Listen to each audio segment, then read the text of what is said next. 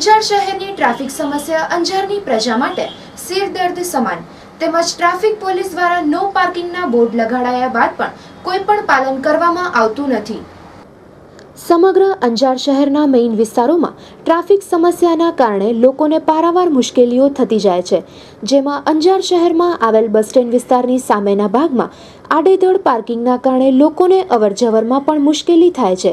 તેમજ જે જગ્યા પર અંજાર પોલીસ દ્વારા સ્પષ્ટ ભાષામાં નો પાર્કિંગનું બોર્ડ લગાડાયા છતાં પણ તેનું કોઈ જાતનું પાલન થતું નથી, જેના કારણે અકસ્માતના બનાવો બને છે।